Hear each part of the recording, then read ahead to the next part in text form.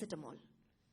Without the fever, if you take a paracetamol, then it's only going to cause you side effects when everything is going on smooth. Only if you have a problem, you need a solution. In the West, women were not treated on par with men. They were brutally abused, and until very recent years, they did not even have voting rights. I don't know if all of you know that or not. Voting rights. They did not even have voting rights. Millions of women had been burned. They were treated like dogs. They were used as objects. They were always treated as amusement articles. And therefore, there was a need for the upsurge of women liberation associations. But in India, right from our gods, Brahma has Saraswati on his tongue. Narayan has Lakshmi in his bosom. And Shiva, I told you, has Shakti as his other half. Where is the need for the Women's Liberation Association if we can follow the ancient Vedic Indian culture? Only if we want to follow and adopt the Western ideals, we always take the worst from all the nations. That's India's best. We always want to take, every nation has its own good and bad. We always have that beautiful idea, concept of taking the worst from all the nations and present the worst of ourselves. When we have everything in ourselves, we don't know to glorify ourselves. That is the weakness of Indians. We have so much in us. We have so much of treasure in us.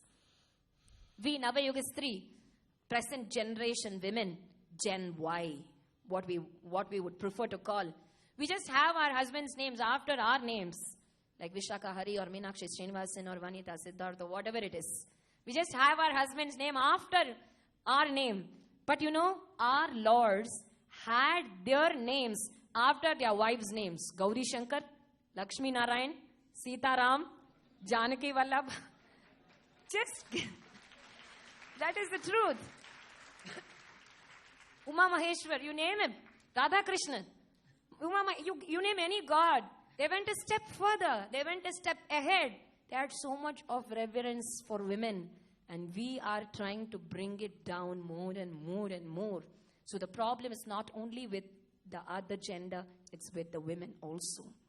So it calls for a synthesis of both the gender to behave well so that they would respect us well. Real beauty lies in dignity and decorum and not in ridicule and derision.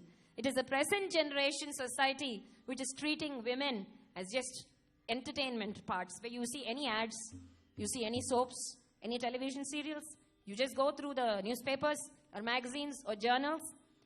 Any woman would be just featured as an amusement article. And that is not beauty. Think it's beauty. Real beauty does not come from that. It comes from dignity, rights versus reverence. You always lock up gold in your bureau. You don't do that to stainless steel. That's why generally when women ask that they have not been given the equal rights vis-a-vis the men, I would tell them, you are gold, they are stainless steel. That is why you have less rights and they have more rights. Or whatever you respect more, you lock it up. You carefully preserve it. So there is no question of being ill-treated at all. The more you revere a person, the more you respect a person, the right comes down. No? That's what happens to you. And that's why we have taken up a few stories, a few inspirational stories of ancient, age-old stories maybe, but old is always gold. So inspirational stories of women who have brought about positive change throughout the world by their wisdom, by their will, by their courage, by their noble qualities. And their nobility has crossed all gender, all caste, all creed, and all nation. So we just start with one of the greatest inspirational stories. Shri